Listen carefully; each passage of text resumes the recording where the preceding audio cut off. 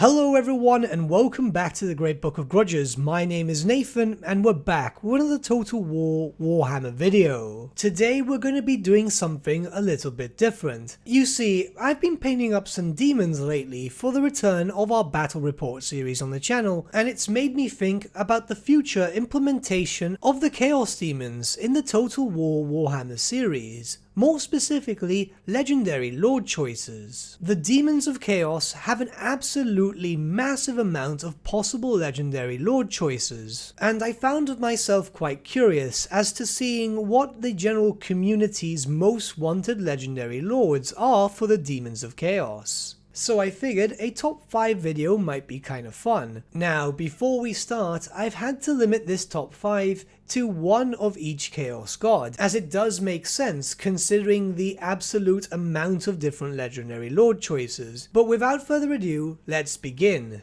For our 5th spot, we have Nikari, a keeper of secrets who can trace its origins back to the Great Chaos Incursion. A great demon of Slaanesh who found its mortal form and then banished to the realms of chaos by the great and first Phoenix King, Anarion. Since its banishment to the realms of chaos, Nikari has a burning hatred of elves unlike any other, with the greater demon of Slaanesh personally leading many charges against various different elven communities, not just High Elven, but Dark Elven too. This Keeper of Secrets has been extremely active in the Warhammer fantasy world, and is even represented as such in the Total War Warhammer universe, as we've had many hints of Nikari's doing. It's probably because of this that Nikari is so popular among the community. They're expecting this Keeper of Secrets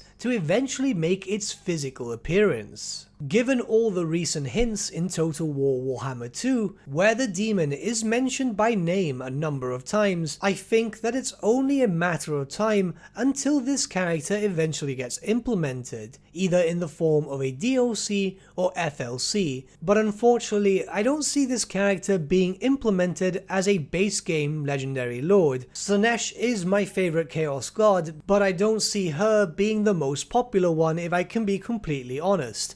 I mean, I hope I'm wrong, but I'm trying to be realistic here. For our 4th spot, we have Kogarth Plaguefather.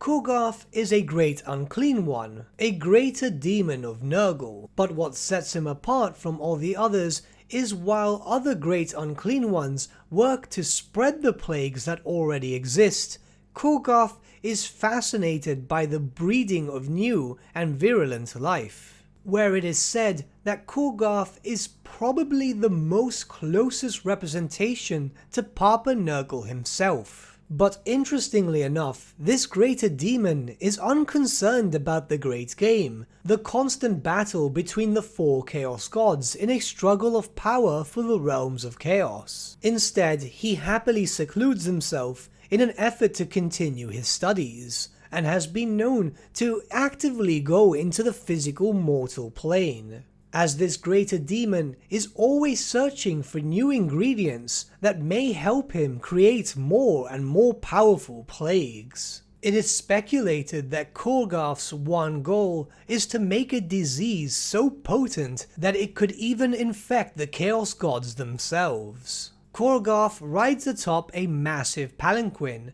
which acts as a mobile alchemist lab. That way, should he need to go into battle or go exploring for new and dangerous ingredients, he may always take his workstation with him. Again, a popular character, but then again the demons of Nurgle have always generally been, as Nurgle stands to be one of the more popular gods promoted by Games Workshop, receiving a lot of love in not only vanilla Warhammer Fantasy battles, but also in the end times too. For our 3rd spot, we have Kairos Fateweaver, a greater demon of Tzeentch, and known to be the most powerful changer of ways. Kairos is suspected to know every spell known in existence, a great boon that was bestowed upon him after entering the Well of Eternity, a vast receptacle of knowledge that not even Tzeentch dares to enter. The right hand of Tzeentch has 2 heads, His right head sees possible futures clear as day. No scheme is hidden from its sight, and the infinite possibilities of tomorrow crystallize into irrefutable fact. Whereas Kairos' left head sees the past without the petty colorizations of perspective and bias. This changer of ways has mastery over the past and the future. However, it has one weakness, where it is blind to the present, and he cannot see time as it passes, only events that are to come, or those which have already lapsed. He is one of the most powerful spellcasters in Warhammer Fantasy history. The reason why this character is so popular is because this character survived something that even Tzeentch himself was quite wary of. Almost as if the right hand of Tzeentch could potentially plot against his master. It's very hard to say. There could be an eventuality in a different timeline where Kairos could eventually overpower his creator and become the new Lord of Change. For our second spot, we have Scarbrand,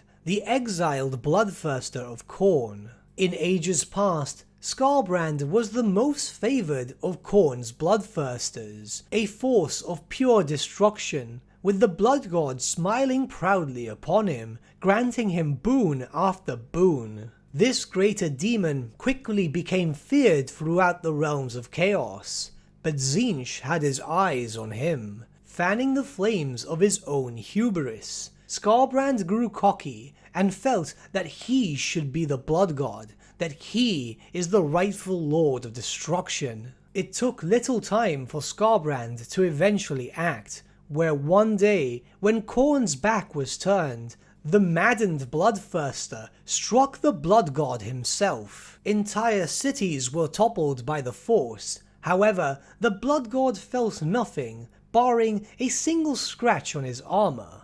That was enough to enrage Khorne, who casted Scarbrand into the skies. No longer was he the favoured son. The blood god cursed Scarbrand's name and choked all personality from him, leaving only the bottomless rage that had caused him to attack. The bloodthirster is now considered little more than a ravenous monster, where rage is his only existence, and now roams both the realms of chaos and the mortal realms in an effort to destroy anything that may cross his path. The reason why this character is so popular is because it is one of the few known demons that have actively worked against its own god, its own creator. Scarbrand is popular in the Warhammer universe, not only in Warhammer Fantasy, but Age of Sigmar and 40k too, so it's only natural that he'd be a very popular choice for Total War Warhammer. And finally, possibly the most popular Chaos demon in existence,